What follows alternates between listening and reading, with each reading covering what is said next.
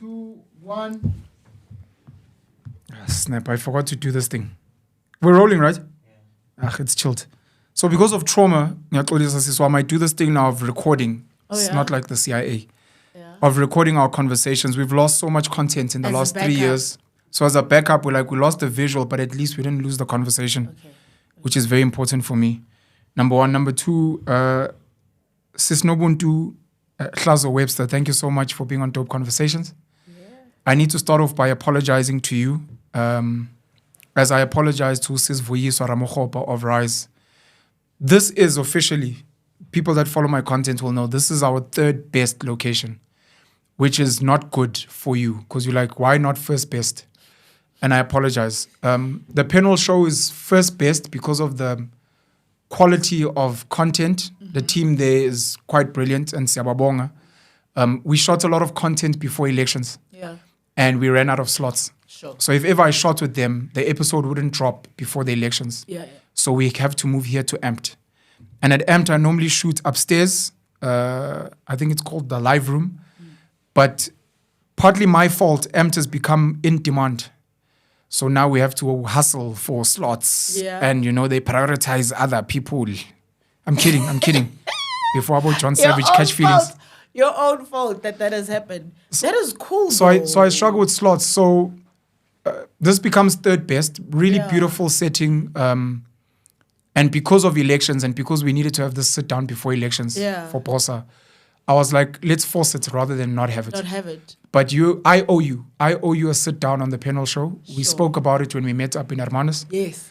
And you said we want to discuss faith, maybe why I left the Zulu Nation, etc. But today, I'll be interviewing you that day.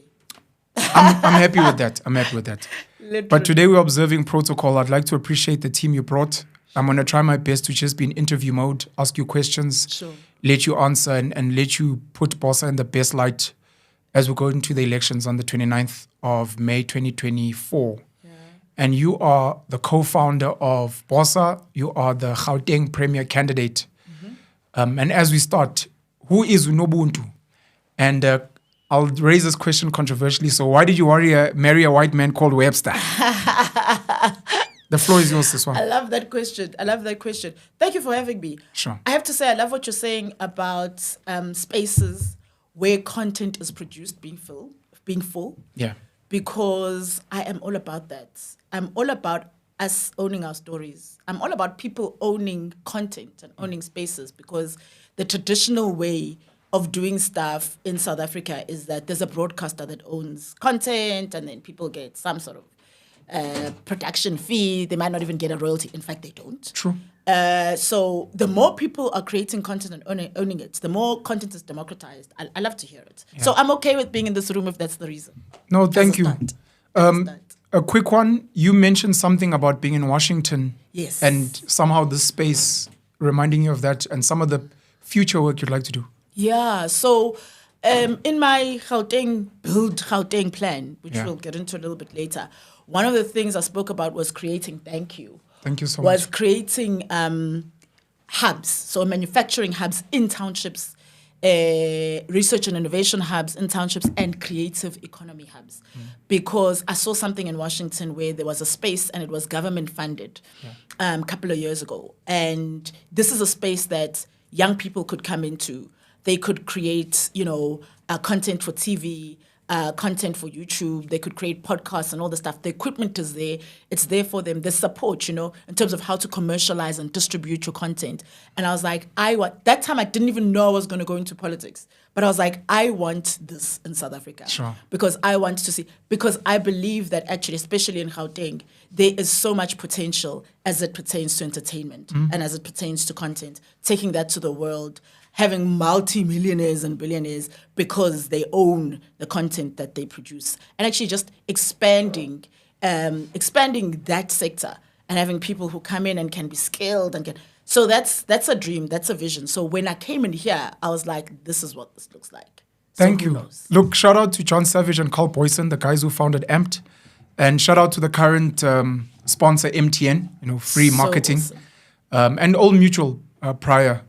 I'm hoping maybe, depending on how much time and capacity you have in future, you can hopefully sit with the guys and collaborate and see how you guys can maybe create more of these or whatever the case may be. I think it would be really dope. I'd love to see that. Who is Nobuntu and why did you marry a white man? Nobuntu is born and bred in Durban. It's important. How is this was eThekwini? How was eThekwini, man? Manje indaba sikhuluma isingisi ngabe si Kwaphela laba abanye fanele bezwe nabo. Oh, I hear you. Fair enough. Inclusivity. Inclusivity fanele bezwe laba abanye. Kodwa ngikhuluma isizulu saseThekwini. Okay. Phaqa short indawo. Born and raised, I've been in Joburg for 12 years. Okay. Born and raised eThekwini. I lived in 2 different worlds.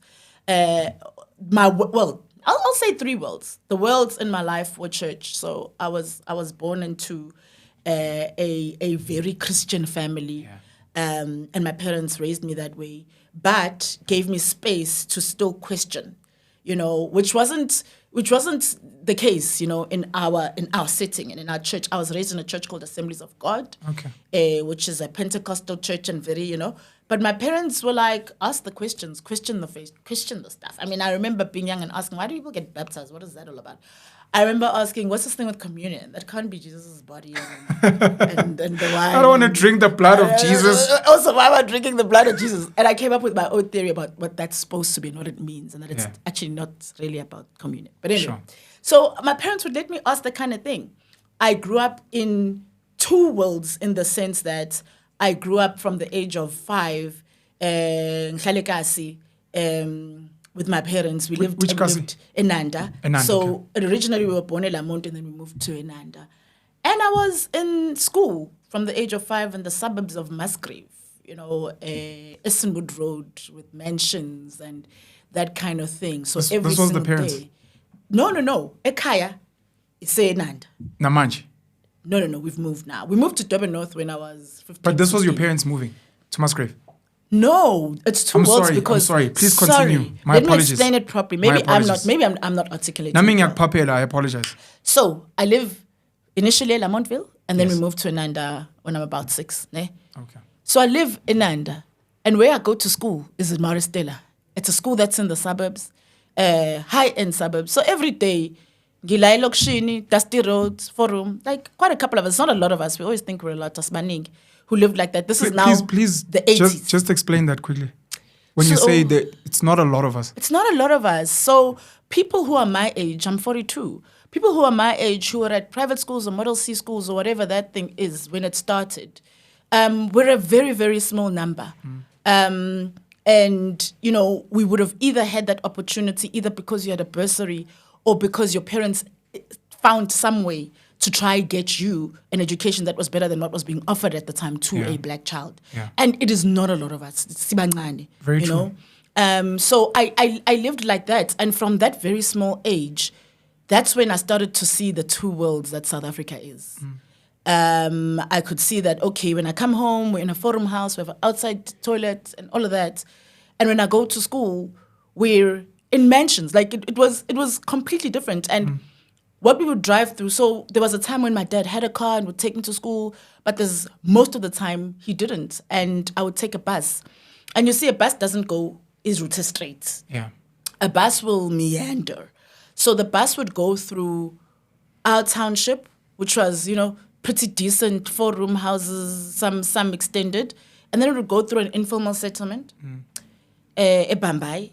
And then it would go through Phoenix, which is an Indian area. Yeah. And then it would go through Sydenham, which is a colored area. And then it would get to Morningside. You were literally traveling throughout South Africa every morning. I traveled the different realities and pictures of South Africa every single morning. Yeah. And I would travel that back home.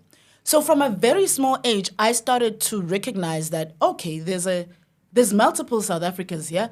And they seem to be determined by race, what they look like. And I mean, I come from quite a political family in the sense that, my dad would politicize me from quite a young age. So he would explain to me at the age of 7. He would say to me, the reason you're at the school and you're the only black kid in your class is not because we have money or anything like that. It is because we are committed to a sense of justice about your education. And we're committed to you having the same opportunities as a white child, essentially. The only way to do it is for you to go to a private school. It's not because we have money. It's not because we're better than others. We're literally giving everything to you being able to do this. So this is how I grew up. And my dad would teach me about communism and capitalism, and he'd tell me about the struggle, and he would tell me, about Abo Mandela, Abo Chris Hani, about all those people. And then he'd say, so don't utter a word of this at school. Jeez. So shout out to your dad, man. Yeah. Shout out to your dad for planting the seed. We're seeing it now. Yeah. So he passed away 2 years ago. I'm sorry about that. 2.5 years ago from COVID. I am still, actually trying to recover from that. I don't know if I ever will. But I was raised like that. I was also raised by parents, especially my dad, who saw a leader in me. And was very clear, okay, there's a leader here and we're going to nurture that. Yeah. I'm a firstborn. I've got 2 younger brothers. And I was allowed, as a girl child, to kind of lead the siblings. My parents would call me into meetings about, okay, your dad has left work. There's this money. And at this point, I'm like 13, 14.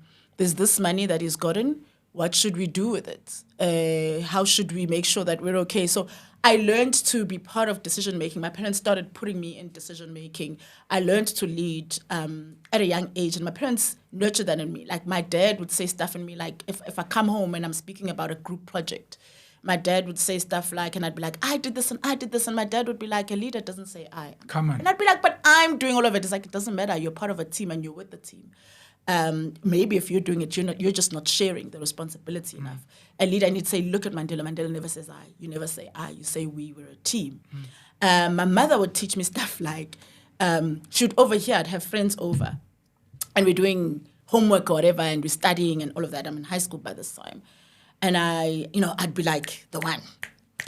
And I'd go into the kitchen to get snacks or whatever, and my mother would be like, Sisi, unikeza nabanye chance, ne? And I'd be like, yeah, no, but I'm the one who knows everything.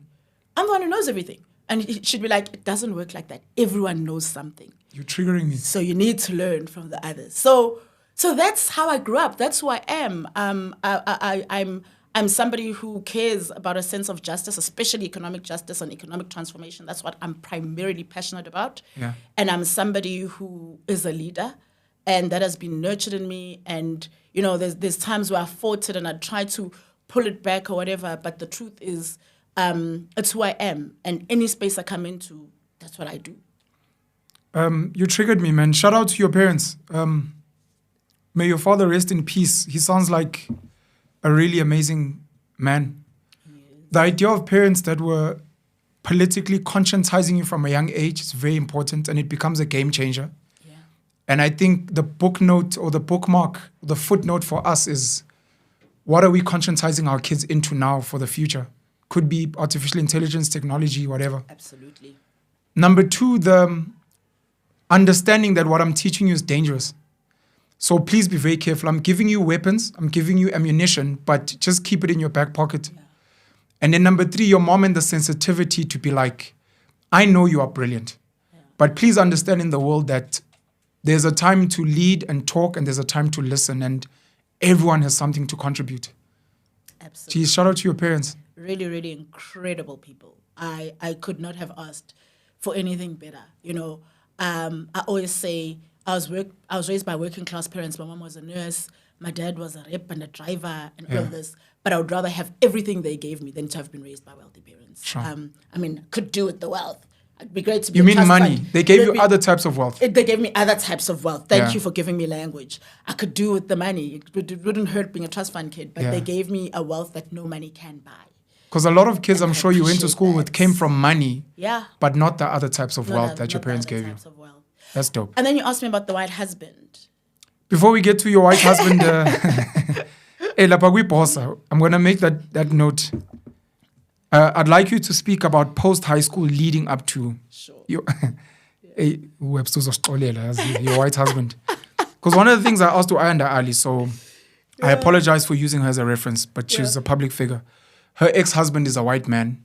Musi Maimani, the leader and the face of Bosa, is married to a white woman. So one of the things I asked, I'm like, clearly you guys in Tanda Belungu. And you guys are trying to create Trevor Noahs and Drakes and Shoma Josies. And she was like, oh no, when you said to Nobuntu, please ask her about this white husband of hers. So sorry, tertiary leading up to your husband. Yeah. So tertiary, I'm then at university. I first start off studying for a BCom to become a CA. Yeah. And welcome to the club. It's essentially because you've done really well sure. in school. So you've got these A's and everybody's like, with all these A's, you must be a CA. Sure. CA, doctor, lawyer, engineer. Those are your options. I get there, I'm bored stiff. I'm like, what on earth? Like, hell no. Like, this is boring. I can do it, but I'm bored, Where were you studying? UKZN. Shout out. Did you study at UKZN? No. Oh. I went to Rhodes University and then to the University of Johannesburg. But I believe UKZN is on the list of the top varsities globally and on the continent. It is.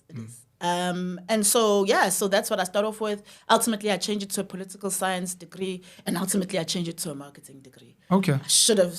I did study political science up to second level.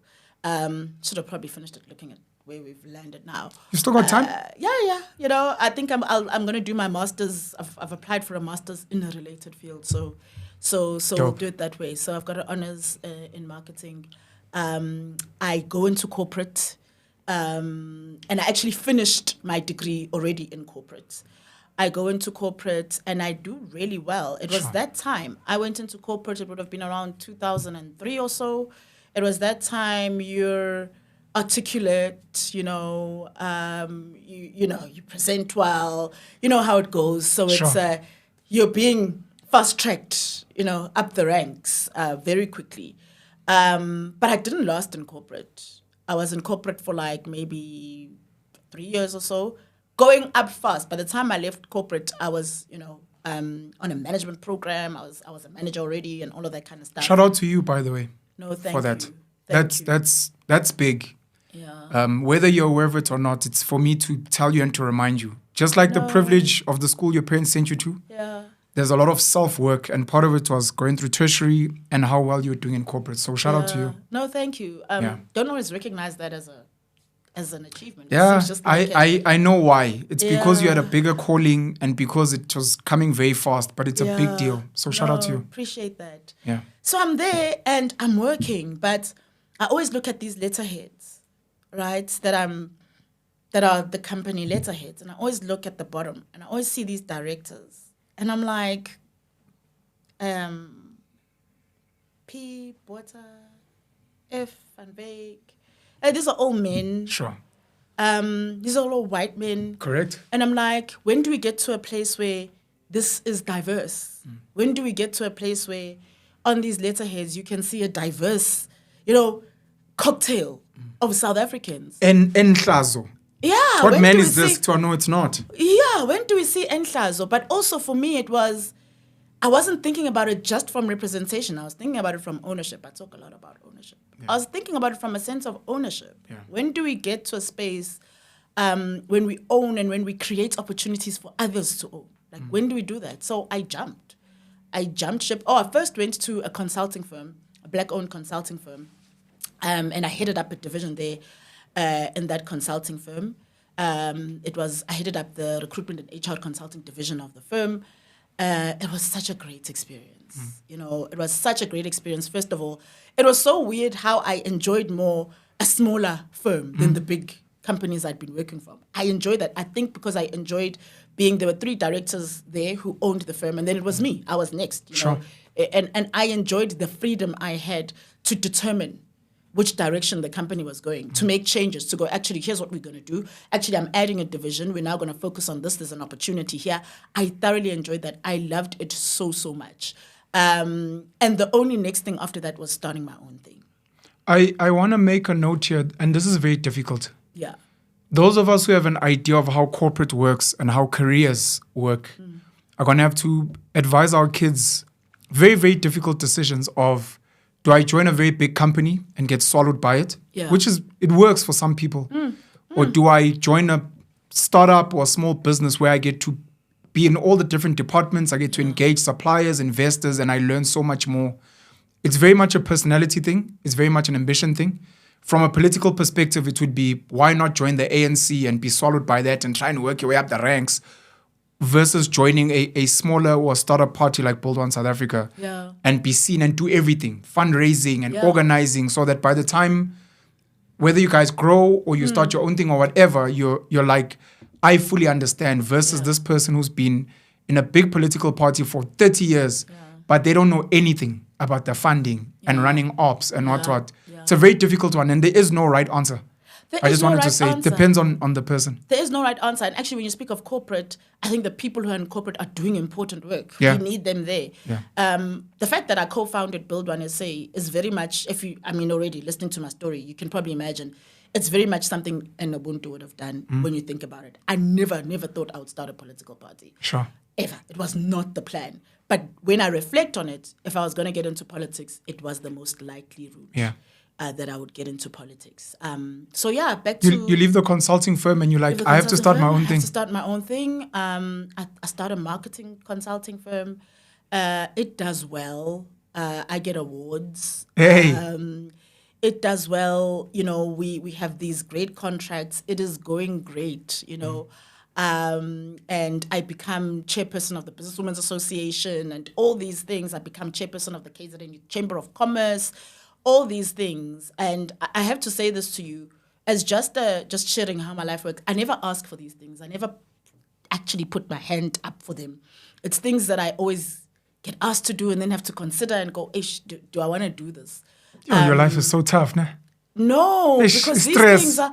Nobuntu, please come lead us. No. I'll think about it. No, the reality is that leadership is such a big responsibility. And also most But of it's the time, a calling for you. Yeah, it's a calling. And most of the time, these things don't pay or anything like that. Sure. You are literally giving your time and your life to doing this thing because you have to believe in it and believe it's worth something.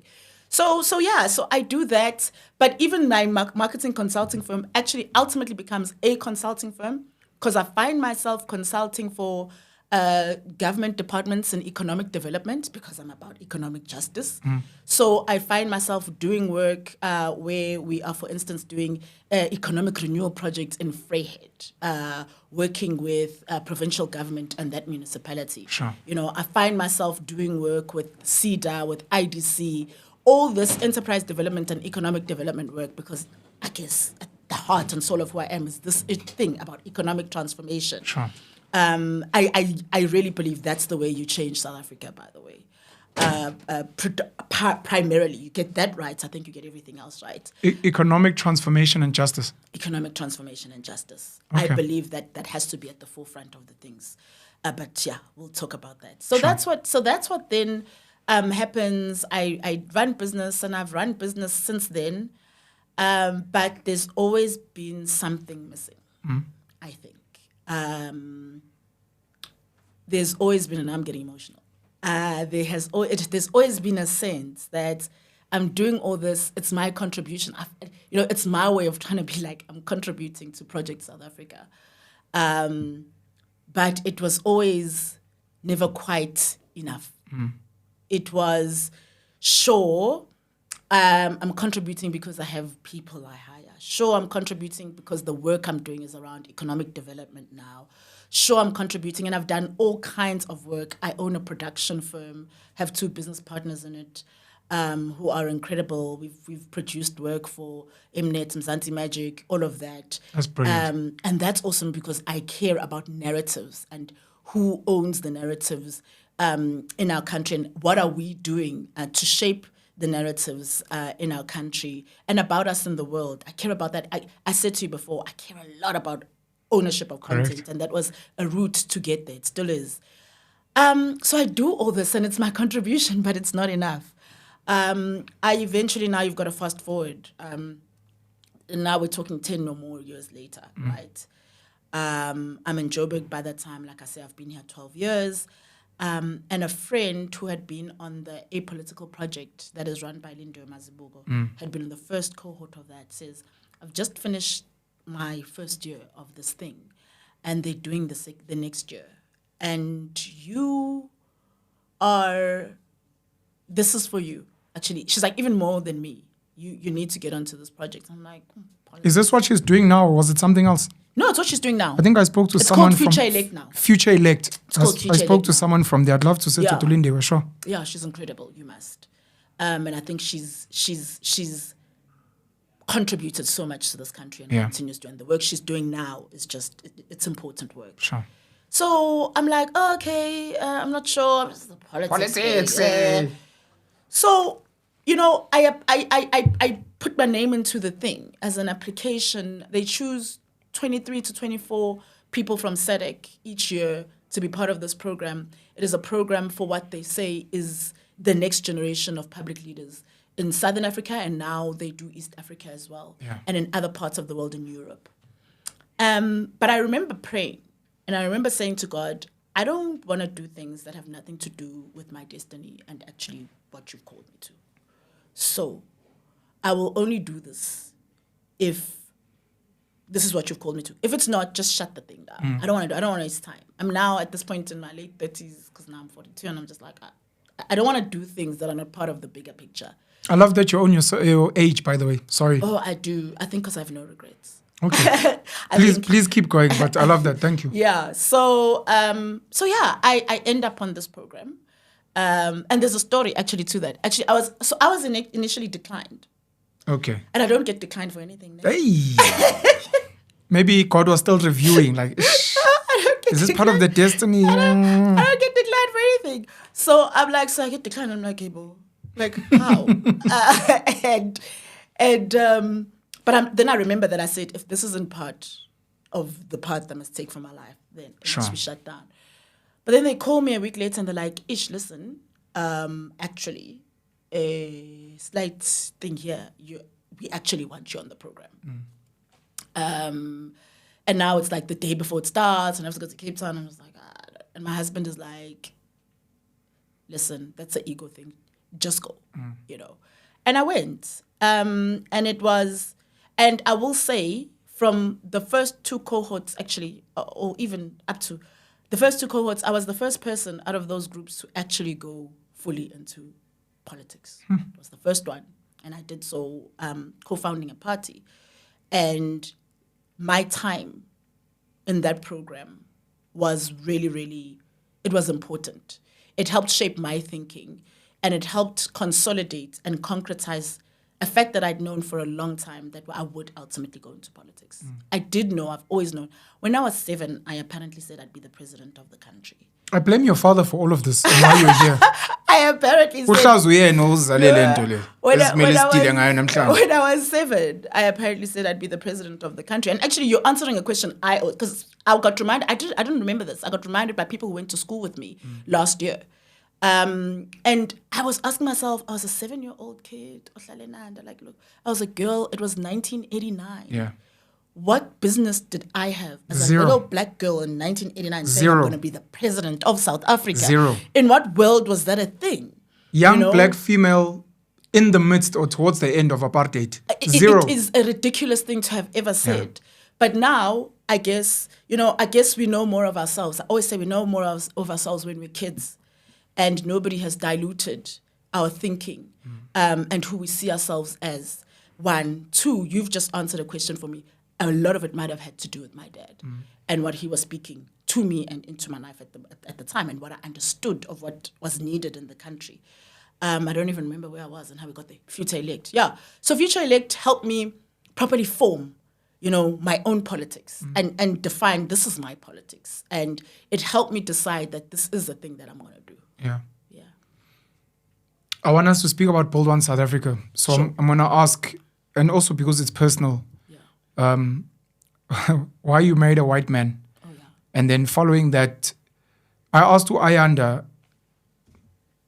if Build One South Africa is yours. I know it's very cute to say I co-founded. It's like, but is Nobuntu not the founder of this thing? And then you guys maybe brought Musi in because you already had political mileage. He's a big brand, etc. I'd like you to answer that. I'm hoping it's not a controversial question because there's a follow-up question to that one. Sure. Sorry, why did you marry a white man? Okay. Did you found Build One South Africa? Not necessarily co-found. Thank you. Sure. I didn't marry a white man. I married a black man. So disappointing. But I mean, there would be nothing wrong if I married a white man. And if Musi and myself were both married to white people, and Ayanda had been married to a white man, and there were others in the party who had, there'd be nothing wrong. But he is black.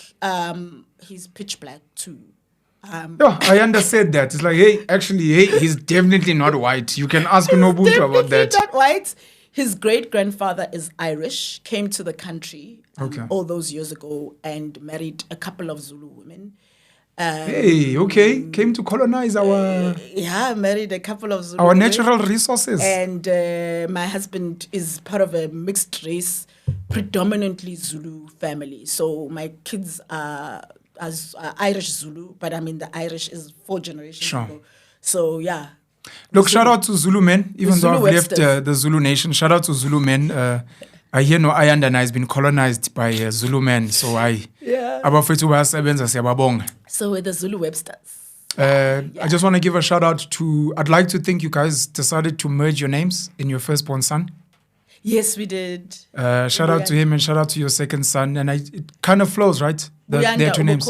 Yeah. That's intentional. That's an increase of the kingdom. Boom. That's what it is. Shout out to you guys, man. So thank you to yourself and Ayanda Webster, your husband, who's pitch black and Zulu. Pitch black and is incredible. Yeah. And shout out to your 2 sons as well. Yeah. Pretty dope. Thank you.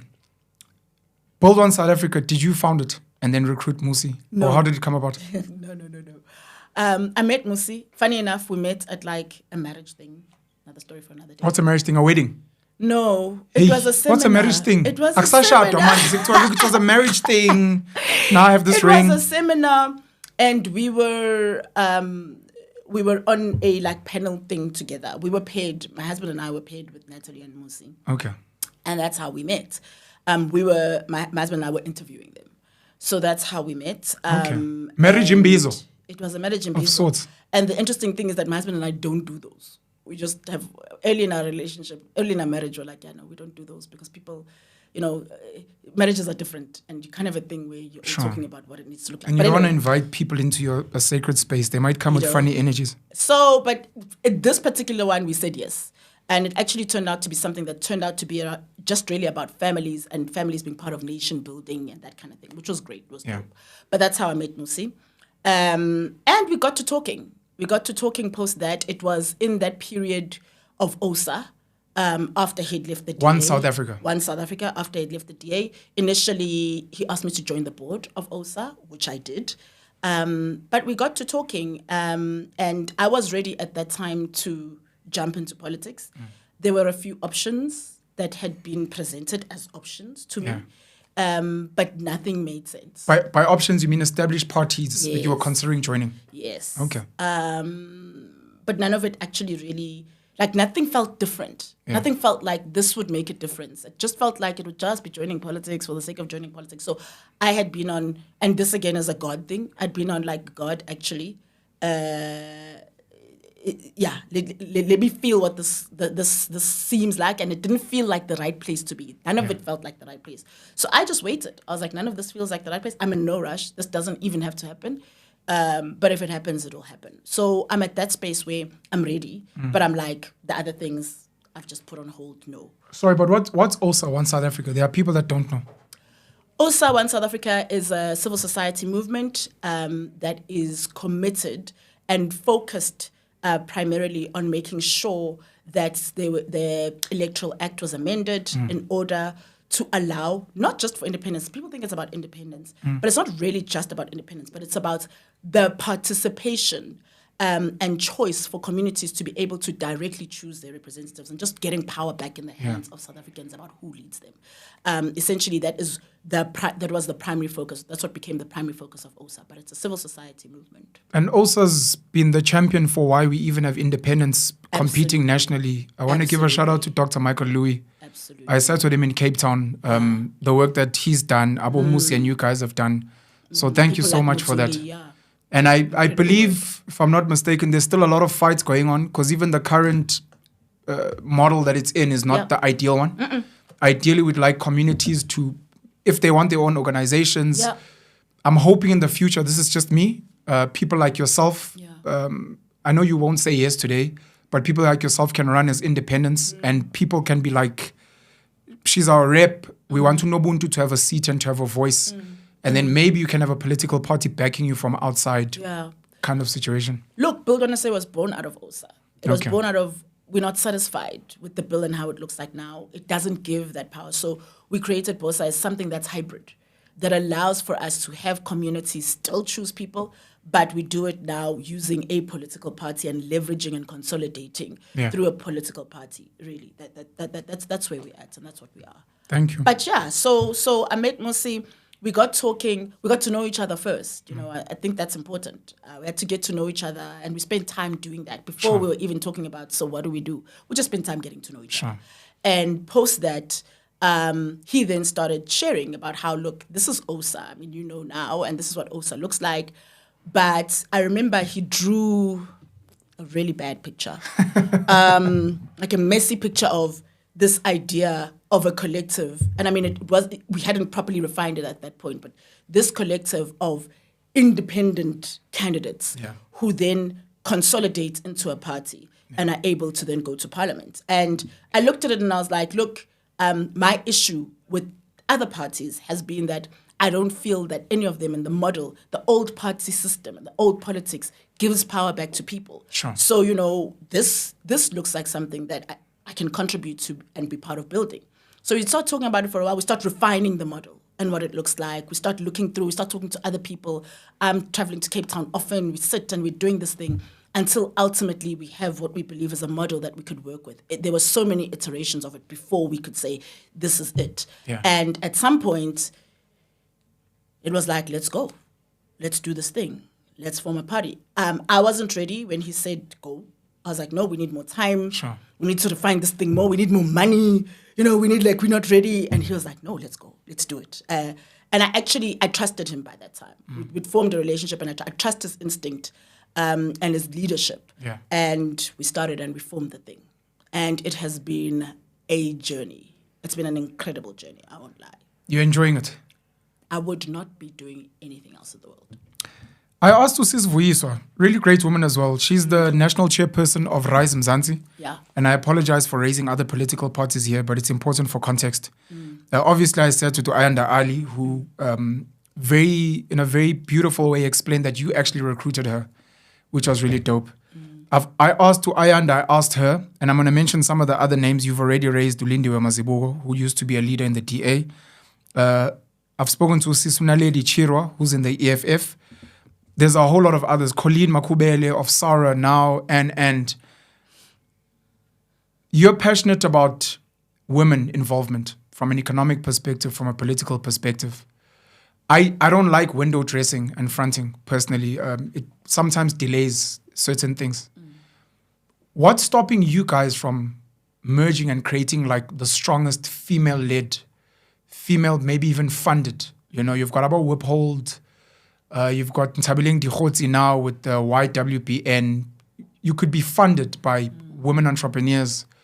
What's stopping you guys from doing that? Why would you not consider doing that?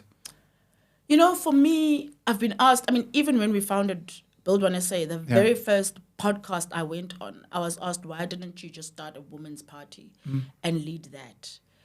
And the reality is that for me, I believe that we have to build this country together. I am a champion for women, thoroughly. Everybody in Bosa knows that. Musi knows. You know, I ensure things happen. But I do believe we have to do it together. I believe that, first of all, men have to be willing to make space for the leadership of women. They have to believe. Men need to be willing to make space. Okay. Because they have dominated space. And because the system allows them to dominate space. You speak about funders and the economics of things.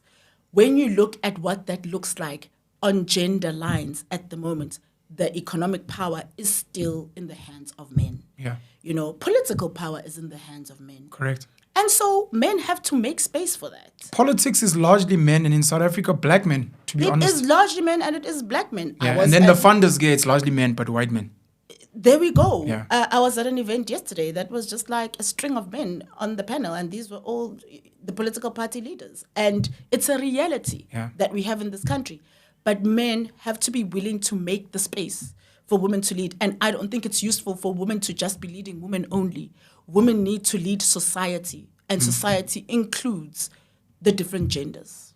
Do you have an opinion on Umamu, Patricia Dillon and Good? Just on this topic of, because I mean, it's a party, it's led by a woman. I respect her very much. Yeah. Knowing what it's like to be a woman in politics now. Sure. I respect her so much. And Koko Helen Zille as well? I respect her. Yeah. I respect her. I disagree with her politics. Sure. A heck of a lot. Sure. But I respect her for having been a formidable force as a woman, because it is difficult. Because I'm a deputy leader, I sit in, and also because sometimes it looks like there's women, right? Sure. It looks like there's women. You see a lot of it is dressing, man. You hear these political parties saying, we've got a 50% female representation. And you're like, it's hollow. It looks like there's women. Yeah. I will tell you, as someone who's a number 2, because I sit in rooms with leaders of political parties, that I'm often the only one or one of 2, if I'm lucky. Or the other woman that might be there is taking notes. She's the minute taker. That is the reality that I can tell you now. So sometimes it looks like it's transformed, but it's not. So I respect women like Patricia de Lille and Helen Zille, who have made it and who have been formidable forces in politics in South Africa very, very much. I know you're very new in politics, so this is an unfair question. But maybe you've heard. If you don't know, it's fine as well. So I'm mentioning Mama Patricia de Lille as an example. I'm mentioning Helen Zille as an example. We've got Mam Naledi Pando, Lindiwe Sisulu, Lindiwe Zulu, Thandi Modise, Togo Didi. There's a lot of them.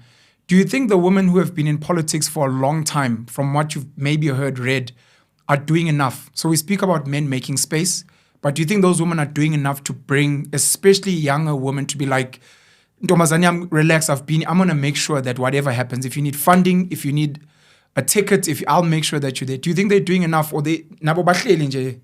I can only speak of my own experience. Yeah. There is only one woman who has been like, come, let's talk. Sure. And that's Mampela Rampele. She used to be the leader of Akhang. She used to be the leader of Akhang. Yeah. That's somebody who has spent time with me, who has encouraged me. And I appreciate her for that. So I can speak of my own experience and say, I have not seen it. I have not experienced it. Maybe the women within those parties experience it from the senior women, but I have not. And I think there's such a desperate need for it. There's a desperate need for women who are in business, for women who do hold a sense of economic power to say, and, what can we do? What can I do? And I'm grateful to a couple of women who've said that to me. Can we support? How can we support? How can we support your campaign? How can we support your party? And I appreciate that, but there's a need for so much more of that. But I will never stop saying there's a need for men to make space and to become sponsors and supporters of women leadership. And not just because we need the justice of it, but because we need it.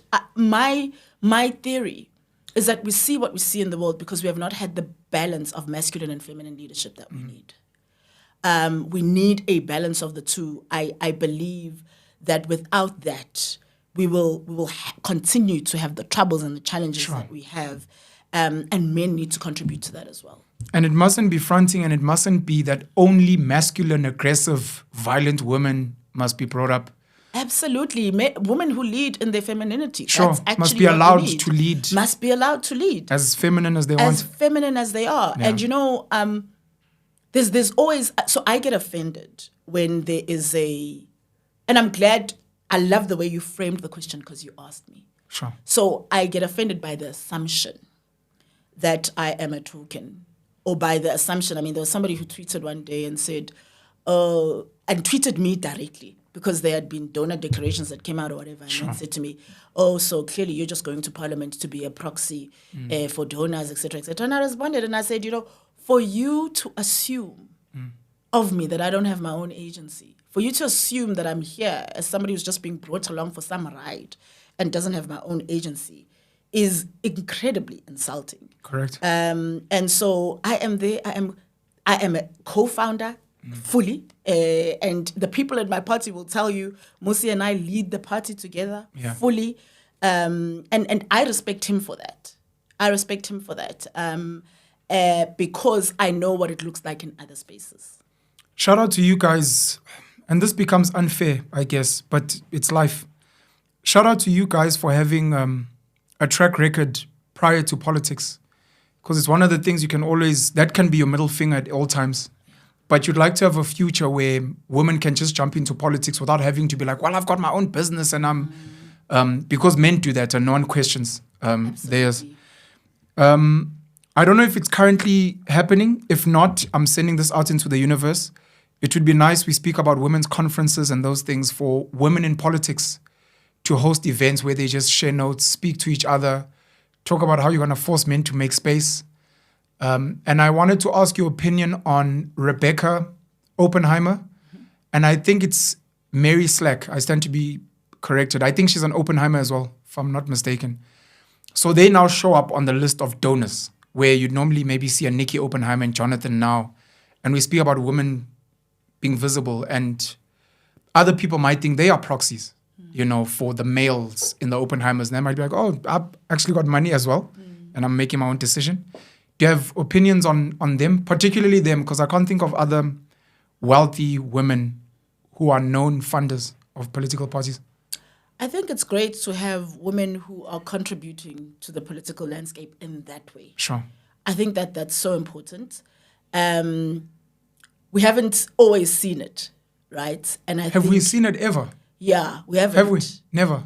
Not that we know of. Not that we know of. Yeah. I haven't. Also, remember before, declarations went public. That is correct. So that's correct. The reality. But there was no names, even without it being public, that was spoken of, and it was known that this one and that one donate. So I think it's so important to have women, because what they do then is they look at parties. They look at the positions, ideological positions, policy positions, and they decide to contribute towards that and towards that work.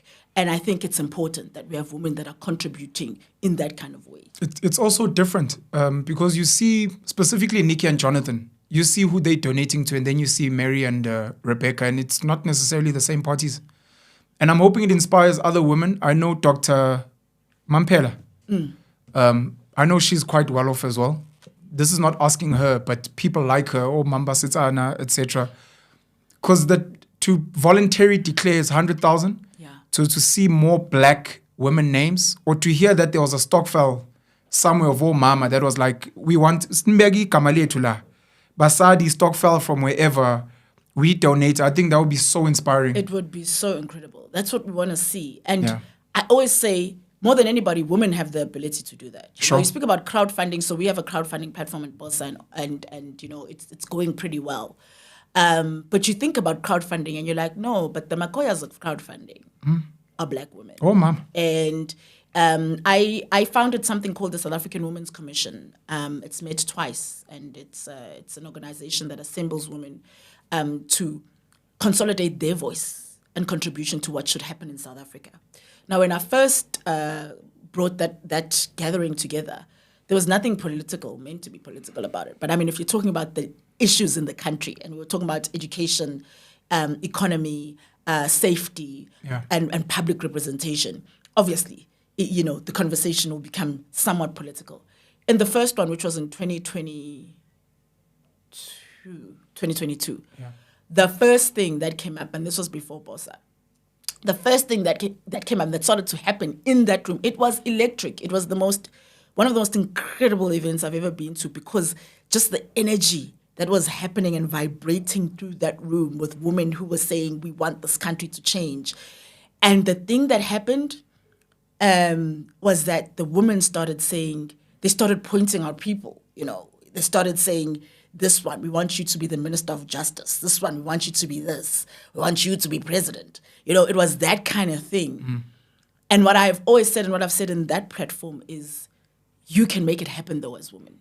Because we are the ones, our grandmothers, through it, Dokfela were able to put young children through school all the way right up to university. So if you want to change this country, even with money, you can do that. You can fund movements. You can fund change in this country. So I absolutely believe that when women finally get together and do that, we'll see something significant. I'd like to take a step back to high school. There are a lot, maybe I'll speak from my privilege. There are a lot of young boys and girls. School comes very easily. They get distinctions, they get in bursaries, and they get fast-tracked into corporate. To try and imagine going back to yourself, but now as a message to young kids who are in high school and they get the A's and they get the leadership positions and do you have a message for them that, look, the fact that school is so easy, maybe you're called for a higher purpose, or would you advise just keep doing what you're doing, it'll work out? I would advise be very, very true to who you are. Yeah. Be very, very true to what you're about and listen to that inner voice. That small period where I did 2 years of political science, I think is when I was being the truest to myself. Okay. But the voices, and it wasn't even my parents, because my parents, being as they were, not people who had money to throw around, said to me, you can study whatever you like. Study whatever you like. We are not going to influence you. We're not going to tell you what to study. But there were other voices that said, but you are so smart. Sure. Why would you study political science? Like, what are you going to do with it? Sure. Like, what do people do with that degree? Even today it gets bashed? Well, it wasn't today. I'm old. It was early 2000s. I'm saying even now there are people that still, they're like, if you're not doing a STEM course, then hey, you're wasting time. This is what I was told, and I listened to that. So my advice would be true to who you are. Listen to that voice in you. Follow who you have always been. Because when you think back on who you are, the things that move you, the things that stir you, the things that even to some extent give you sleepless nights. Because how I got into politics is that I started having sleepless nights. I started, when the July massacre happened in 2021, I took a flight the next morning. The riots? The riots. Yeah.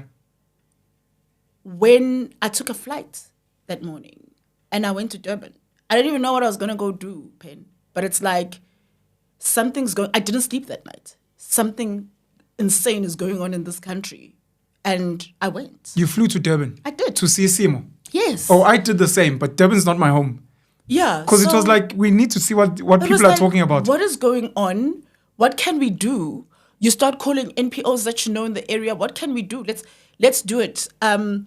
So I was at Fees Must Fall. I was a grown woman with kids. I remember my mom watching on TV. I think she spotted me or something, and she called me. She's like, "You're a grown woman with kids. Get your ass home." Sure. Because what are you doing at a student Fees Must Fall thing? Because then at that point the tear gas was going off, and she's like, "If you die at that thing, those kids don't have kids. Most of them. You've got kids. Go home." You know. She said this in Zulu. Yeah. What mama? Please, can you? Also, mama, Nobuntu Hlazo-Webster. Ufuna ngo union bills uhlangane nendaba lemasiko kade waphuma university kodwa kuneyingane futhi nje uneyingane nje wena Nobuntu uneyingane sisi labo bantu laba makwenzeka izinto kubona most of them abaneyingane wena uneyingane hambe ekhaya you know. I was there so I was part of I led the anti-corruption marches. I'm trying to remember when it was 2017. Yeah. Around 2017, I was part of the anti-corruption marches, leading that. So it's this thing where, you know, I now don't sleep. And my husband will tell you, like, he knows if something's happened in South Africa, I must actually just go to the guest room because she's on the phone, she's tossing and turning and all of that. And my business partner, Anda Boroto, her and I... Hey, Anda's amazing. She's incredible. Sure. She's absolutely incredible. Her and I would be on the phone all night. So we're praying, we're figuring out what's going to happen to this country. She cries now. She cries, what's happening to this country? And we wouldn't sleep. So it's things like that where those things that stir you, those things that won't leave you, look into those things. I love the fact that your father would spark the fires in you and your mom would be your voice of reason. Absolutely. Really, really great balance. Absolutely. But having said that, my father, as he got older, was like got very overly cautious. Makes sense. With age, you become very conservative. He became very overly cautious, and he would say to me, I'd see him say this. He would say this often, and when he said it, he'd say it with a little bit of pride and a lot of concern. He would say, "Hey, Nobuntu has speed." And that means, you know, Nobuntu is brave. But I could see in the way he'd say it, it would be I'm proud of her courage, but the kind of courage she has could get her killed. Sure. I'm very fearful at the same time. I'm fearful. So he would start to, there was a time during COVID when I was going to townships, especially the township that my dad was raised in Lamontville, where his home still is, my grandmother's house still is. And I'd go there and I was doing work with the community, trying to get community work in the neighboring in the neighboring factories and firms because, well, according to policy, they should be hiring people. Correct. And it's a very political area. It's a political township. And if you're doing that kind of work, those that run government, especially in such a small space, feel like you're on the turf, you're on the territory. Whenever he'd hear, I wouldn't even tell him anyway. Whenever he'd hear that I've gone to do that, he'd call me and be like, I hear your car's been spotted, Lamont. I need you to leave right now. Funane Lamont. I'd be like, no, Baba, just Funane Lamont. So he did get more, and this is recent, he did get more cautious and just worried about. So he had passed on essentially a couple of months before I got into politics.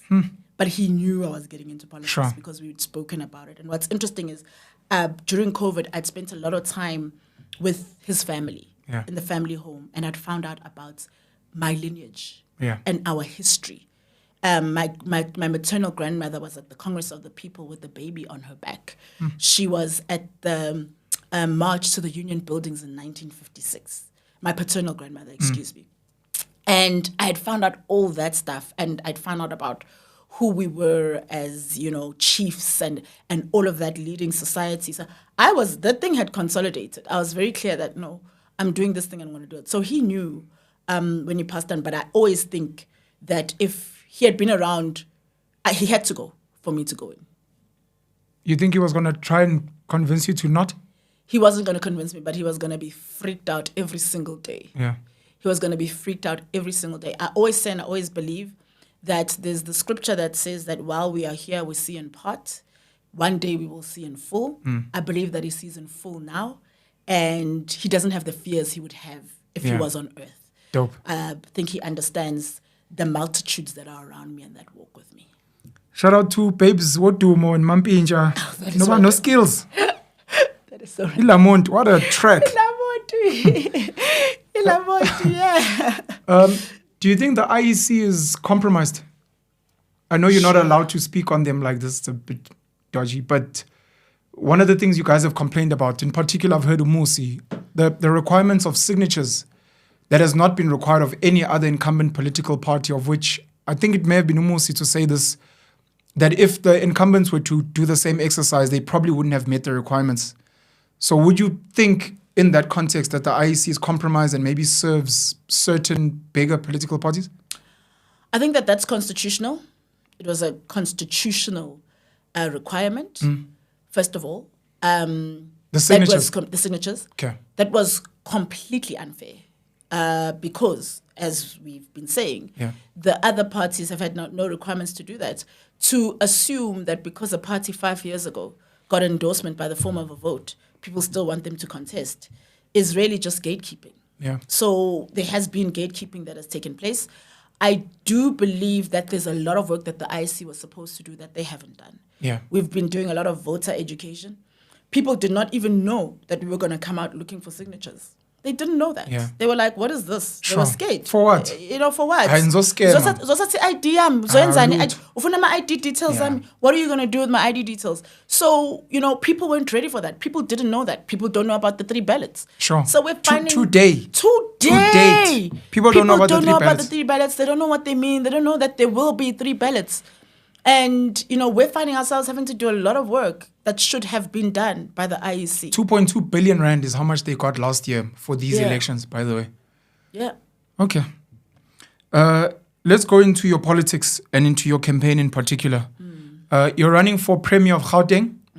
A question I've been asking potential candidates and other politicians is, what is your opinion on political structures? I have an opinion that I think they're kind of useless. It would be nice to capacitate national and more local government. Oh, provincial structures. Sorry, I'm not sure what I said. Provincial structures. Political, yeah. Provincial structures, sorry. Sometimes the budget, stuck a province. Sometimes the province approve. Do you think provincial structures are needed? Do you think they do the work they are supposed to do? If when you come into power in Gauteng, what would you change as Premier or Bosa running the legislature? I think that there needs to be more cooperation. So, first of all, I think that in some instances, there are some instances where provinces should have more power. and authority as a start. Because... Then local government or then national? Then national. Okay. Because provinces are unique. You know, they're different and they have different needs. They have different natural resources. Sure. They have different economic dynamics. Correct. You know, there's a lot that's different. And I think that provinces would be able to do so much more in implementing policy, but also in defining policy for that particular province if there was more authority that was given. So I think that that's important. Local responsiveness. You know, they'd be able to have more local responsiveness to the unique needs of each province. You know, the most common one that is talked about is the issue of safety. And the fact that that is centralized means that you SAPS in particular. SAPS in particular, law enforcement. The fact that that is centralized in the way that it is means that provincial cannot be as responsive to the needs of that particular province as they could be. Yeah. You know, you cannot even, I mean, what we outlined, what I've outlined, that is important is working very closely with communities. But you're able to do that better when you actually have regional, law enforcement centers, you know, and regional power to be able to enforce. So that's what I think in terms of that. The second is that I also think that there needs to be more cooperation, not only just between national and province and local, but also between the different departments. Okay. In making sure, you know, the interconnectedness of the different departments. That is one thing that I think needs focus, and that's something that as a premier would be very important to make sure that we have. You know, you have instances where you go to a school. There's an abandoned school, it's been built, nobody, and, you know, it's an area that needs a school. The children in that school are having to travel, but there's a school here that's abandoned. And then you find that actually it's not a Department of Education issue. It's a Department of Public Works issue. And so you need to have that kind of interconnectedness and better working between the departments in order to make sure that we're working efficiently. And some responsibilities do need to be moved. I think infrastructure for schools, for education, should fall under education. Because right now, you have, if there's a failure on the part of Department of Public Works, it directly affects the outcomes of the Department of Education. It's a Department of Education. It's a Department of Education. So those are the two things. I think we need more local responsiveness. And in order to do that, you need to have more authority at provincial level, but you also need better cooperation. Do you believe in coalition governments? Are there any coalition partners you're nervous about working with? I absolutely believe in coalition. Yeah. Because when you look at how our constitution and our structure is set up, it is set up for that. It is set up for a multi-party system. The fact that we've had a one-party dominance in this country, everyone thinks that's the norm. Sure. That's the standard. Sure.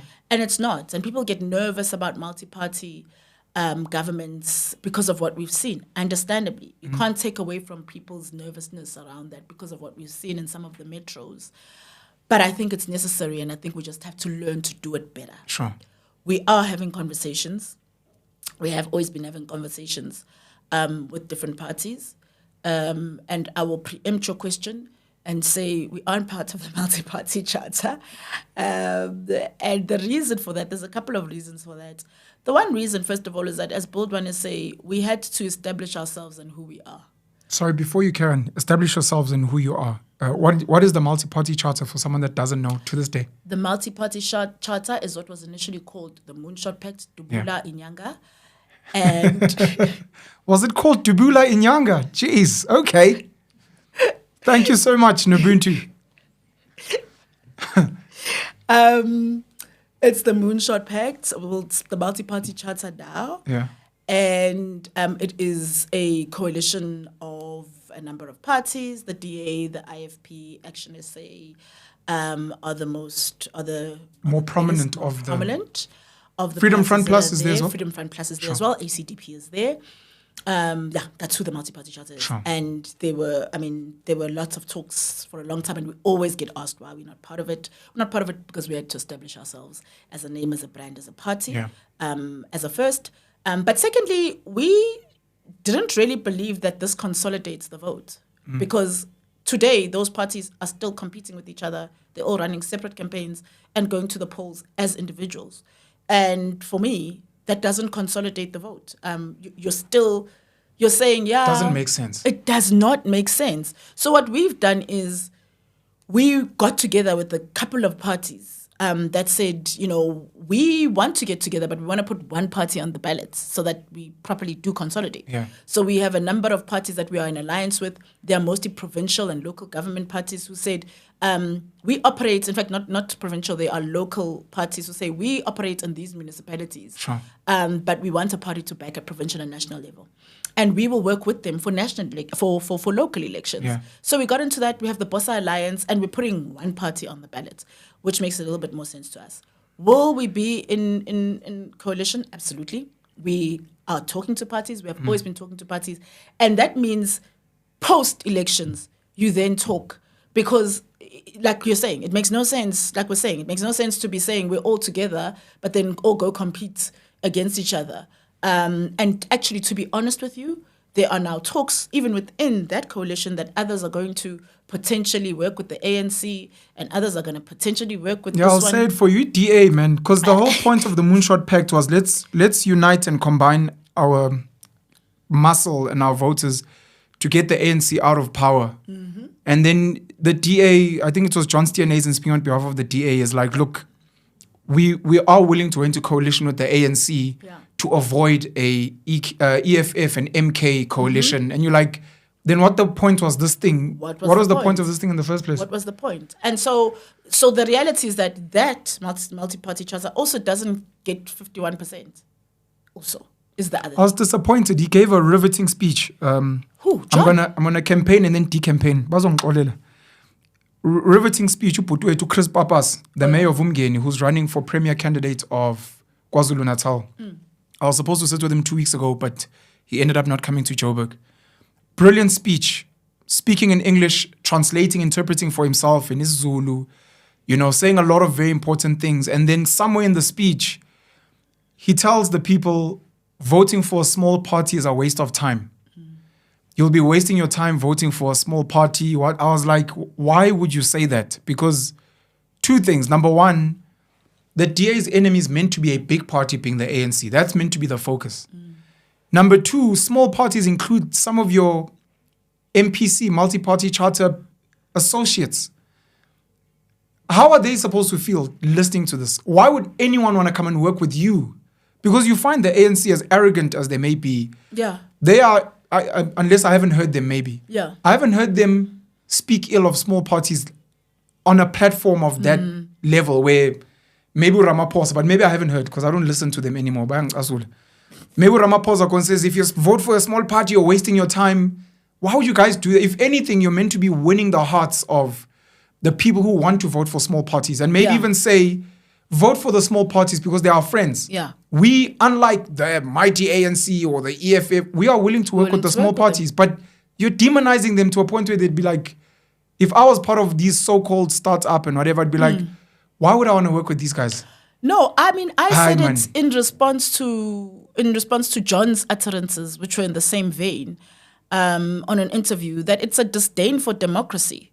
And that actually, if South Africans were inspired by the DA, sure. If the DA had caught the imagination of South Africans, we wouldn't have the low voter turnout that we had in 2019. We had the lowest voter turnout in 2019. The DA was in existence.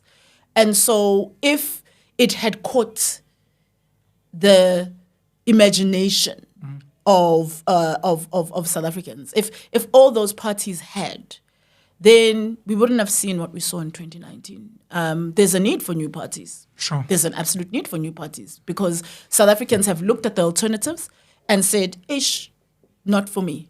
Musi's last home, the Democratic Alliance. 2 million is the magic number for you guys. A job in every home. What does that mean? That's your voting or your campaigning tagline. Yeah. And the other reason 2 million is a magic number is apparently that's the number of voters you guys are trying to get at national level, which would make you guys the third biggest party if we go on 2019 turnout. The ANC got 10 million, the DA got 3.6 million, and the EFF had 1.8 million. So at 2 million, you guys would have been the third biggest. What's unique about this 2 million number from a national voting perspective, and what does it mean when you guys say you want to create 2 million jobs or a job in every home? Let me start with a job in every home.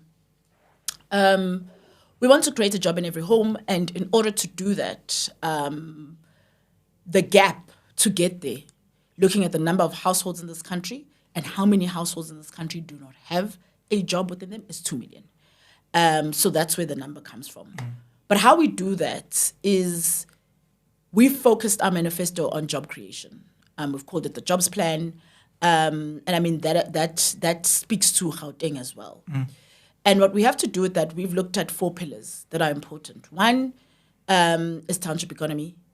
2 is education, reforming education. 3 is capable state, making sure that you have a state that is able and efficient to do that. You have the right people in positions. You have systems within the state that are able to do that. And 4, safety.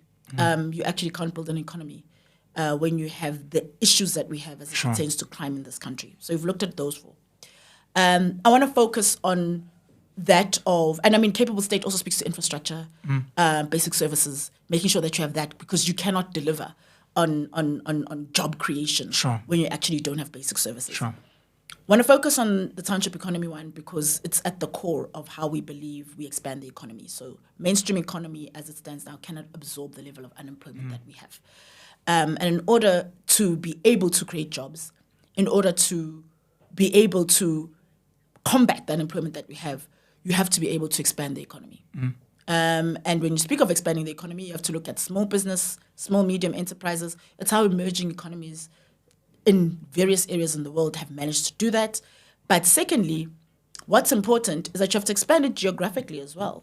You have to look at the fact that you have these commercial centers and industrial centers where it is that economic activity primarily happens. But you have to actually expand that. You have to have industrial and commercial centers that are beyond the spaces where we have had them in this country and in this province as well. And so we're focused on township economy for that reason. And the plan is to be able to declare particular townships as special economic zones. And what that allows is that you're able to have tax benefits, you're able to have employment incentives for business that takes place in townships. What you do with that is that not only are you giving opportunity to be able to invest in local businesses that are in townships, you're also giving opportunity for expansion of these businesses in the mainstream economy. Let them expand their distribution centers into townships. Let them have call centers that sit in townships. And you're able to create employment in that way. What it also does, though, and this has been, a big thing for me, having lived in these 2 worlds that I explained earlier, is that you then are able to live where you work. We then have a level of starting to deal with the spatial injustice that we have, because what you do have to do is you have to invest in infrastructure in townships. You have to invest in making sure that there's basic services. You have to make sure that you have electricity, that you have internet, that you have all the stuff, you have connectivity in those areas. It has been for me, a very personal thing to know that in this country today, you still need to travel for work. You still need to travel for education. And even with education, when you look at our education plan, we have to make sure that we have quality education throughout the quintiles so that you're not left in a situation where just because I live here, this is the poor level of education that I'm going to get on the basis that I live here. I want to quickly tell a story on that one, and I'll come back to this. I was in Nigeria when this man who was speaking to me says to me, I've always found it fascinating, the accents that South Africans sometimes have. And then they tell you they haven't lived in the UK. They haven't, they were born and bred in South Africa. Why do you have this accent, right? That sounds quite English. Then I explained, no, I went to school I had to go at the time. This was the only way that I could get a better education, was to go to school in an English school, and it was in a suburb, and it was with white people, etc., etc. So that's why I speak like that. And then he says, "Oh, okay. Well, thank goodness for Mandela, because I imagine that this generation of children then don't have to do that. I imagine that now, because you're in a free country, the education is equal across the board." And it was sad to be able to say, 30 years later, not quite. We still have the issue of two systems, of multiple South Africas. There's multiple qualities of education that you receive depending on where you are. Yeah. And the same goes for the economy. The level of business or economic activity that takes place depends on where you're living. And so you can't always live where you work. When people live where they work, there is so much better quality of life. When people live where they work, you can sleep in later. You can sleep in later. Number one, you can be there with your children. You can get home earlier to spend time with your kids. You can get home earlier to spend time with your kids. You can do homework with your kids. You can, you can be there. You can be there, and that's what we need as well. I've got a couple of thoughts, man. And I want to give a shout out to my mom, even though it's a shout out to her, but it's something I'd never do. The story of yours is interesting, man, with the Nigerian man. So some people have to travel from South Africa to the UK to get an English level quality privileged education. And because of colonization, certain suburbs became mini English colonies, and we would catch a taxi to go and visit mini England, being a suburb somewhere, Houghton, Cape Town, southern suburbs to... That's quite interesting. Yeah. I've got a concern, obviously, with the taxi industry and them being a gatekeeper to economic transformation, of which we'd have to sell them the idea that you guys will make more money if these things happen. Because you think if you're not transporting workers to the suburbs, your business collapses, Ganti. We're going to have to trade anyways. You guys will move people and whatever. Anyways, we have to continue to trade. So most of our parents lived in Lokshini, and the children would mission to suburbia for schools, for better education. My mom did it the other way. She was a school teacher in Lokshini, and she moved us to the suburbs where my brother and my sister later on went to another school, so she'd get driven. It would take us 10 minutes to get to school on foot. And I've always thought about that in discussions with my brother, that the opportunities that opens up for you in terms of we can participate in all the activities because we don't have to worry. We don't have to worry about so many other things, which is serious privilege. Yeah. But then my mom would get up in the morning and then she'd walk to go catch taxis to go to Emadadeni, to go teach Nati. So shout out to her for taking that sacrifice. Absolutely. Other parents would be like, I'm going to stay here. Absolutely. You guys can catch. My mom was I'll bring you here and then I'll catch. Yeah. I would not do it. So, Mamsi, thank you. But hey. Shout out to moms. Shout out to moms. You obviously want the best of both worlds, but shout out to her for that. And I have a similar story in that both ways. My mom was a nurse and she worked at McCourt's Hospital, which was, in the Morningside area as well, Overport, in Durban. So I saw what happened when my mom, and she'd work 7 to 7 shifts and we lived in the township. And I barely saw her. We barely saw her. You can't. If she has to be there at 7, that means she's leaving. It could be 4, 5, depending on where you live. And then she gets home 8, 9. Yeah, we barely saw her. Saturday, Sunday, we are saw. You never see your mom. We barely saw her. And then there was a clinic that got built in our township. And she became, she got a job as a senior manager in that clinic. And the clinic would open at 7 and close at 4. And she walked 5 minutes. It was 5 minutes away from home. Quality of life. Game changer. I have my mom back. Game changer. We had our mom. We would come home. It smelled of food. She had been cooking. She was there to do homework with us. All of this amazing stuff. That's the one. Then we moved to the suburbs. Again, she was the one then who did Who had to mission. But I then saw what it was like to walk to school. Then we walked to school. Then I could take part in all these things. I could stay after school for academic stuff, for sports stuff. It changed our lives. It changed our world. And so it is personal for me because I have seen what it does when you live where you work. Spatial justice. Where you live. Spatial justice.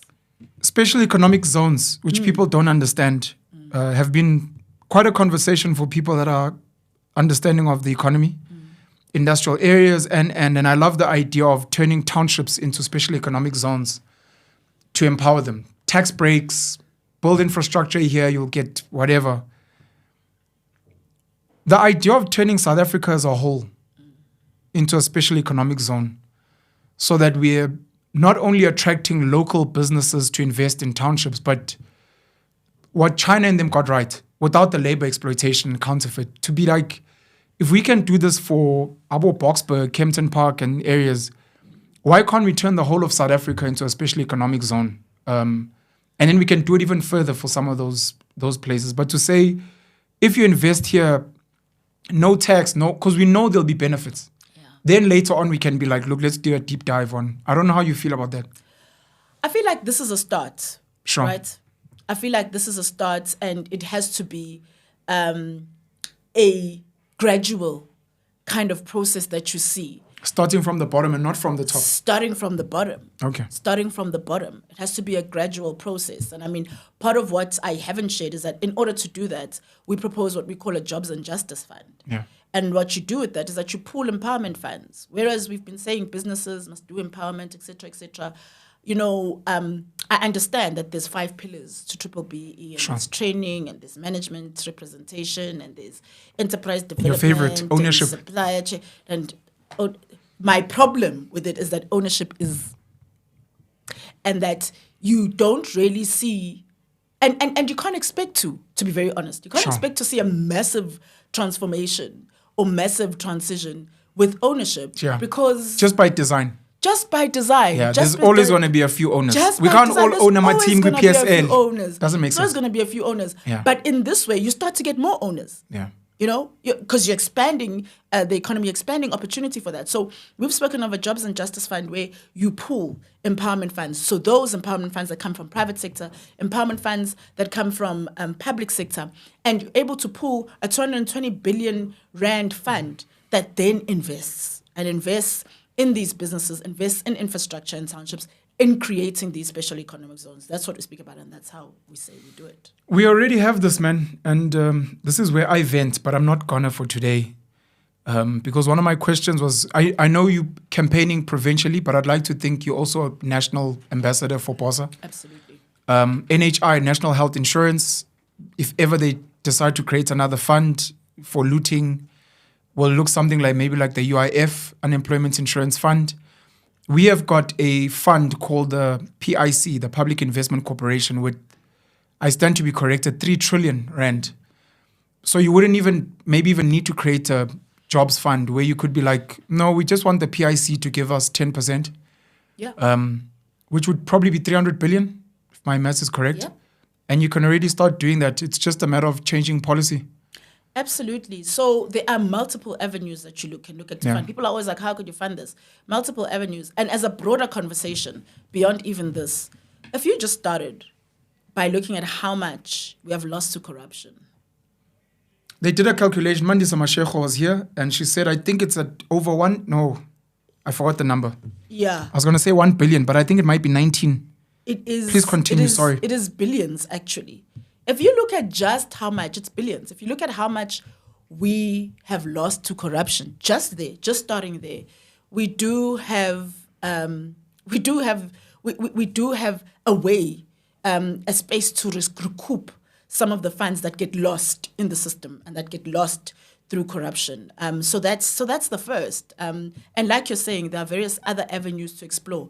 But just when you think of South Africa and you think of funding various initiatives, the one place to start and to consider is what you recoup when you recoup what we've been losing to corruption in this country. I thought 1 billion. I knew I got that one number. So in a 5-year period, it was 1.5 trillion. Yeah. That was lost to corruption in a 5-year period between 2014 and 2019. So you can imagine since 1994, it's been a party. Year after year, it's hundreds of billions.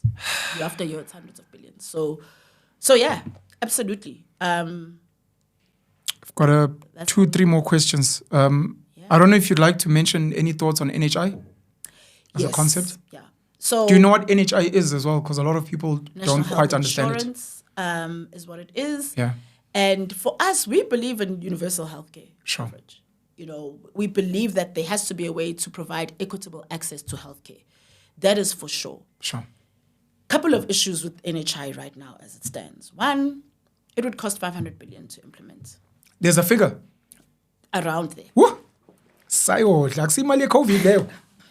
500 billion now to your company CDC. As a start.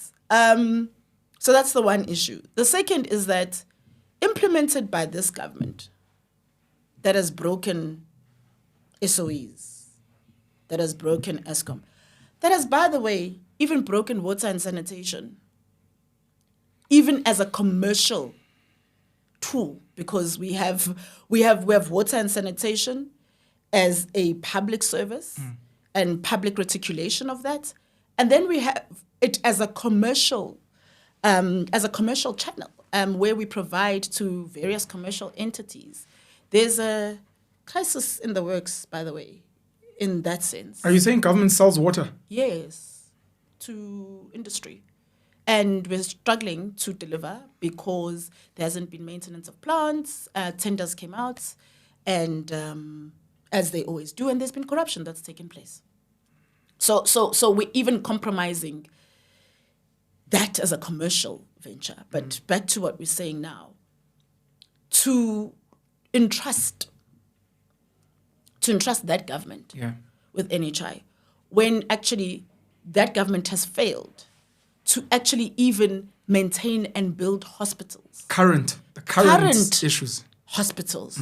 When they failed to make sure that hospitals are resourced adequately. There is no way that you could entrust this government with NHI as it stands today. Do you believe in the concept?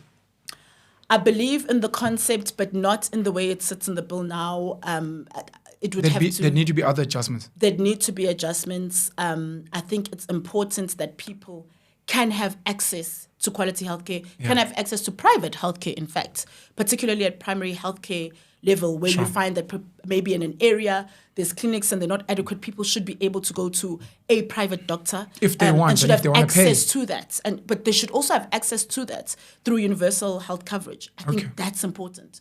People need to be able to have access to that. But the way that it's framed currently right now is something that's not sustainable for us. Not at this point. I've sat with Musi twice, I think, on platforms. Once in Cape Town and secondly on the panel show. And one of the things he said that really upset me, and I was like, is his thoughts on undocumented foreigners, illegal foreigners, etc. I don't know if the stance has changed, and I don't know what Bosa's official position is. It's one of the points for elections. I know Patriotic Alliance of Gauteng they've their hashtag Abahambe. Action SA has spoken out a lot as well. Umusi has spoken about the idea of legalizing illegal foreigners. I'm not sure what Bosa's stance is on illegal foreigners or the situation of having a lot of people that are undocumented here. So our stance is one. First of all, you have to tighten the borders. Have to have the right level of border control, which we don't have. Would that be priority number one? Let's fix our borders. Fix the borders. Whether there's people in or out. First, fix the fence. The borders. Fix the fence, because that's where the problem starts from. That's where it comes from. The fact that we don't have the right border control. Because you can get rid of people. You get rid of people. You don't have borders. They'll come back. Sure. So that's the first. But the second is, you can tighten your borders, but if the push factors are hard enough, people will still keep coming back and will still keep finding a way and loopholes in the system. Creative ways. We have really, really, as a country, and I don't want to say we, but the government of this country, the ANC-led government, have really, in the position that they have taken as it pertains to neighboring countries. You look at Eswatini, you look at Zimbabwe, and the atrocities that are happening there, they have been completely hands-off. So it's all good and well that we can go to other countries in other parts of the world, in other continents, and be involved in diplomatic exercises there. But we are unable to get involved right here. Russia, Ukraine, ICJ, Israel and Palestine. Next door. We have allowed the dictatorship that is happening in Zimbabwe that has affected the economy, that has pushed people to be able to come to South Africa. And actually, it is atrocities that have taken place against the citizens of that country that we have just turned a blind eye on, and in fact have then invited ZANU-PF to say, oh, we've got elections. The ANC has said, come show us. Please come and observe. Come and observe. Show us how it's done. Show us how it's done. You know, and it's commonly accepted that the most recent elections in Zimbabwe were rigged. It's commonly accepted, and you're inviting the ZANU-PF, and you actually have not intervened in that right next door. So, as a Bosa government, we would definitely be making sure that we are managing the push factors.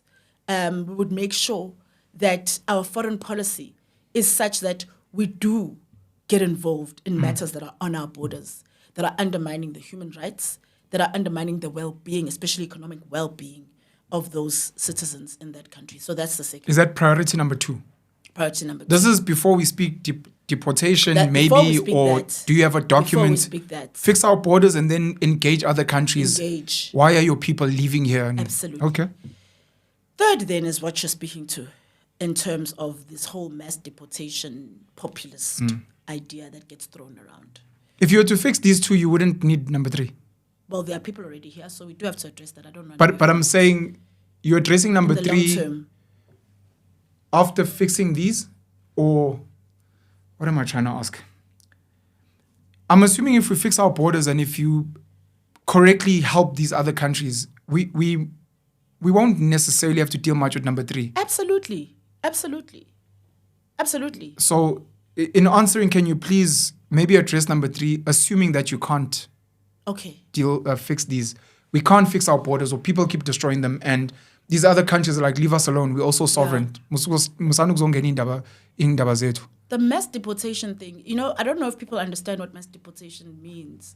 Mass deportation means you probably have to deploy the army. It is sure. And all of us are being asked to carry our IDs. All of us are being asked to carry our IDs. It is back to apartheid. It is Donbass, which we didn't even live through. We didn't live through Donbass eras. And so that's what it is. It's calling on that kind of environment. That's not great for investment. That's not great for business. That's not great for just the well-being generally in a country. So we are against mass deportation. But also there's the reality of the fact that these are human beings at the end of the day. And, you have to have a certain level of dignity that you afford people. Finish and clear. As a principle, as a value. It's a value that we hold as Bosa. We hold the value of human dignity, of Ubuntu. It is at the core of who we are and who we say we are as a party. But what does need to happen is an audit. A mass audit of who is here, who is documented, why are they here, what are they doing here. And once you have done that, there can be a number of outcomes, case by case. One is deportation, if there's a need for someone to be deported. Those are particular, the people who are involved in illegal practices even in this country. So for whatever reasons, deportation, there's a number of reasons for which deportation can be one. And then there's that of naturalization. There are people who are here and have legitimate cause or the legitimate right or the legitimate opportunity for them to be naturalized. And there are many people that actually add value to the country. We have people in who are South Africans who have been voting over the past couple of days in other countries. They are there, they are documented, they add value in those countries. And there are people who are foreign nationals in this country who add value and then would have to be naturalized and who have situations and circumstances that would say that they then need to be naturalized. So that's the long and short. What's the humane way of auditing people without the soldiers and everyone carrying their identification? One is reporting. So, there's an opportunity for people to report, to have a hotline, to snitch, a process through which people are reported. There's the best is to ask people to come forward and to present themselves. So there are various ways that you would take in order to make sure that you are. Another one. This sounds like willing buyer, willing seller. Hey, What are we People are not going to come forward and be like, look, I shouldn't be here, but hey, I'm here now. And then the third is that you do have people that make use of public services in this country. And that is a way you have the information, you have the data. Hospitals, schools, who are you, where do you come from? Etc., etc. And that is a data source to be able to pull that information. So those are 3 ways in which you can pull that data. If you could snap your fingers, would you get rid of illegal foreigners or not? They being illegal here is a crime, according to her. Persons. Undocumented persons is tricky because the South Africans who are undocumented for various reasons. So I'm speaking more people that are not of South African origin. Yes. Yeah, sorry, undocumented foreigners. Nobody's illegal. Person can't be illegal. Undocumented foreigners. If you could snap your fingers, would you get them to go back home, or would you rather they be here? Outside of auditing and all those things. Again, on the assumption that they are being here is already a crime in this country. I don't think there's a black and white answer for that. Sure. I don't think there's a black and white answer to that. Okay. I think the process that I've outlined is the way to do it because it is a case-by-case issue. And there are various circumstances upon which people find themselves here. And like I say, some of them have to go into a refugee program because they are genuinely refugees. Sure. And we have been refugees, in our own past, as South Africans. So some people are refugees and they have to go into a refugee program. Some people have to be deported and some people have to be naturalized. So it's not not black and white. I don't know do you have numbers of undocumented foreigners that are here? I ask in the context of, since you guys are trying to create 2 million jobs, do you think getting rid of some of those people would create job opportunities for South Africans? Say that again. Do you think getting rid of some of people the who are undocumented foreigners would create opportunities for South Africans? Sure.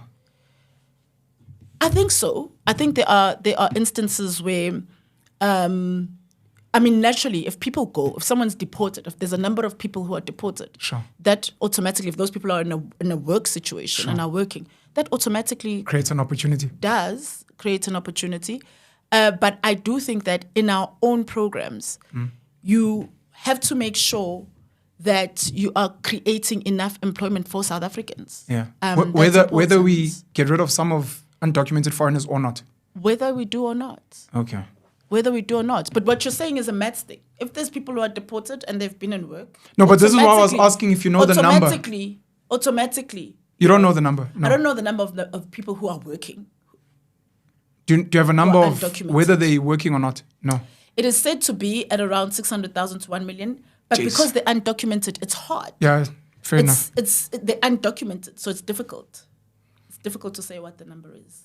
One more question, and then I'd like you to address the camera. As part of my research, I heard that you guys went to attend the EFF's 10-year celebration, which was last year. Shout out to Julius Malema and the team. Have you guys attended other parties' things? Is it something that you guys would like to have as a culture at Build One South Africa? We live with these people. These are our fellow South Africans. So if they invite us or if there's an opportunity, we'll ask. We'd like to come to you, this, you, that. What's your feeling around something like that for people that have never seen that before? Kind of situation. Political opponents are not enemies. I have a personal story where when we were young, in the ANC versus IFP violence that was taking place in the 80s, my father was taken right in front of us in our home. I was about 7 at the time. My brother was 5. They came into our house with machetes, with bombs, with guns, and they took my father to go kill him. They had tires with them. They were going to go burn him.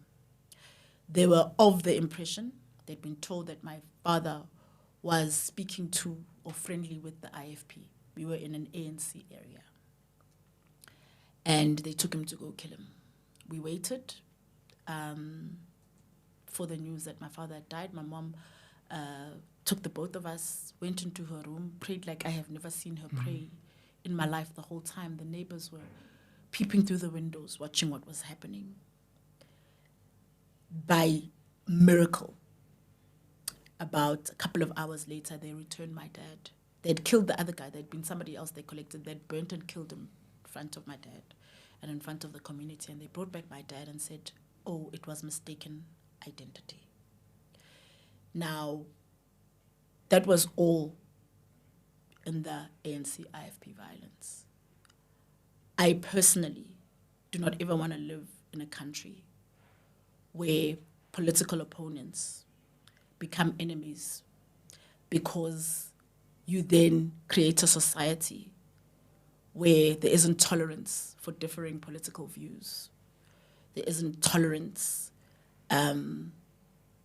for the principles, for the ideologies, for the even policies of others.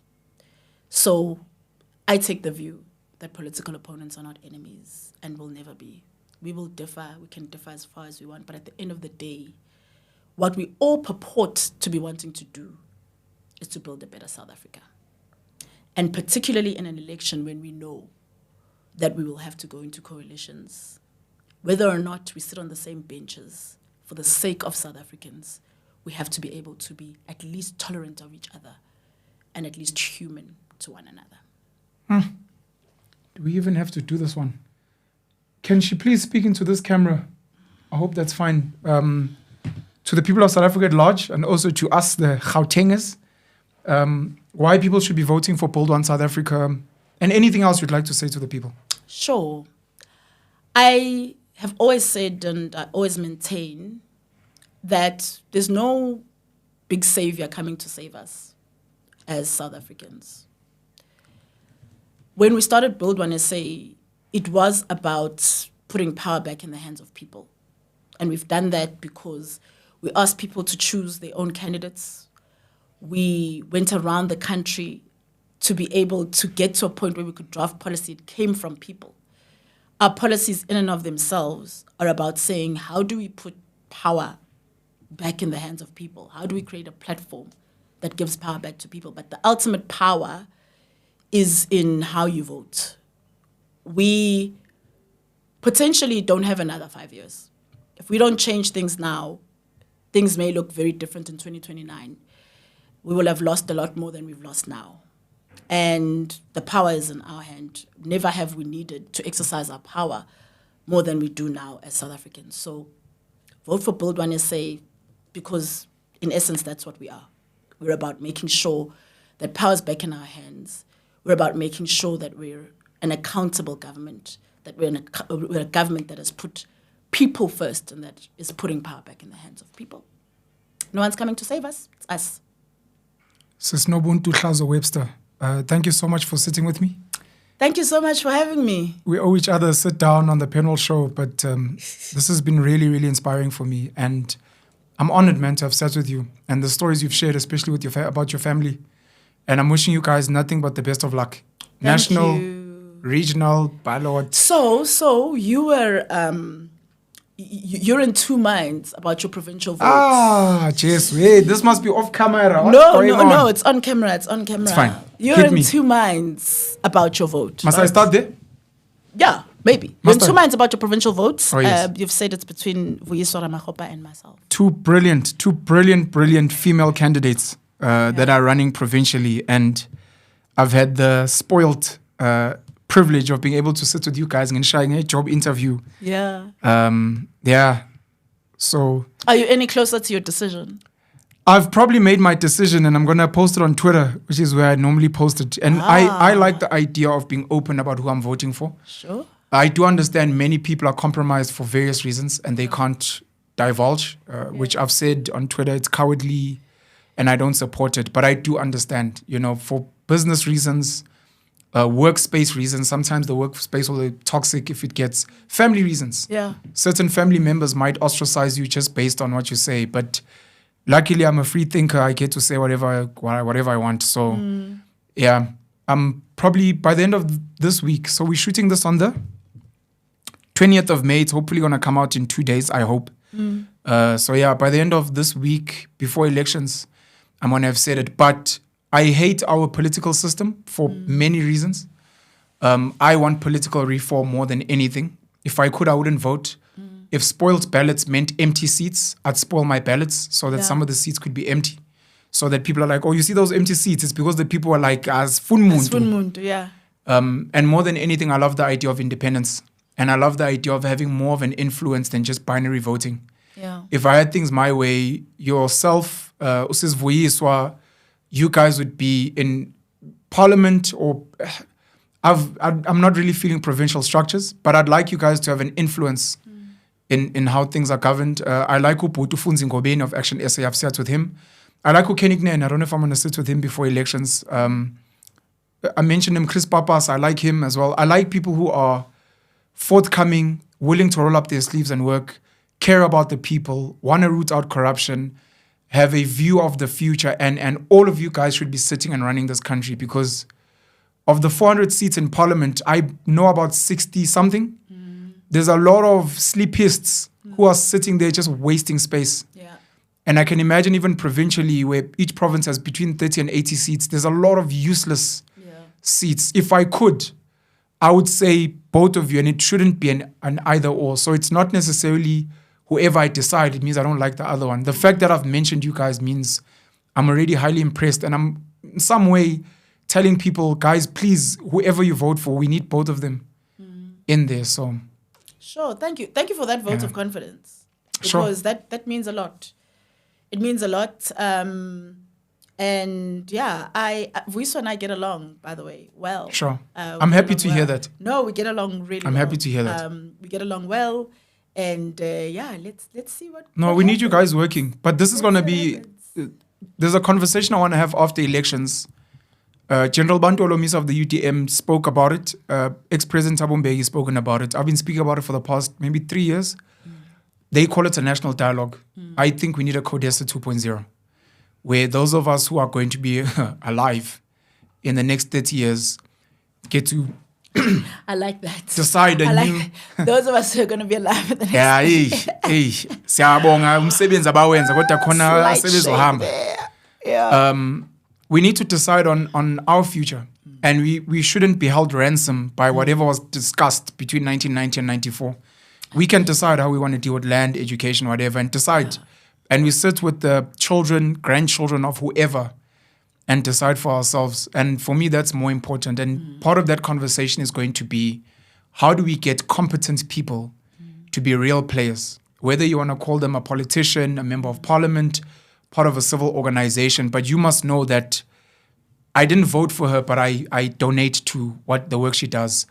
I don't donate to her, but whenever she runs volunteer stuff, I'm there bringing goods or volunteering. We need to put in the work, regardless. Absolutely. And the fact that I'm sitting with you guys, I'd like to sit with everyone, even the people I criticize, but I'm seeing the people who genuinely want change and to fix things. And I support you guys in the work you're doing. I can say that openly.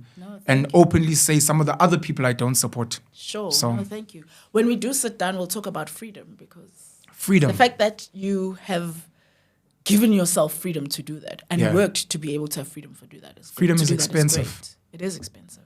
And it's dangerous. It is expensive. Sis Nobuntu Hlazo-Webster, thank you so much. Thank you so much for having me, Pen.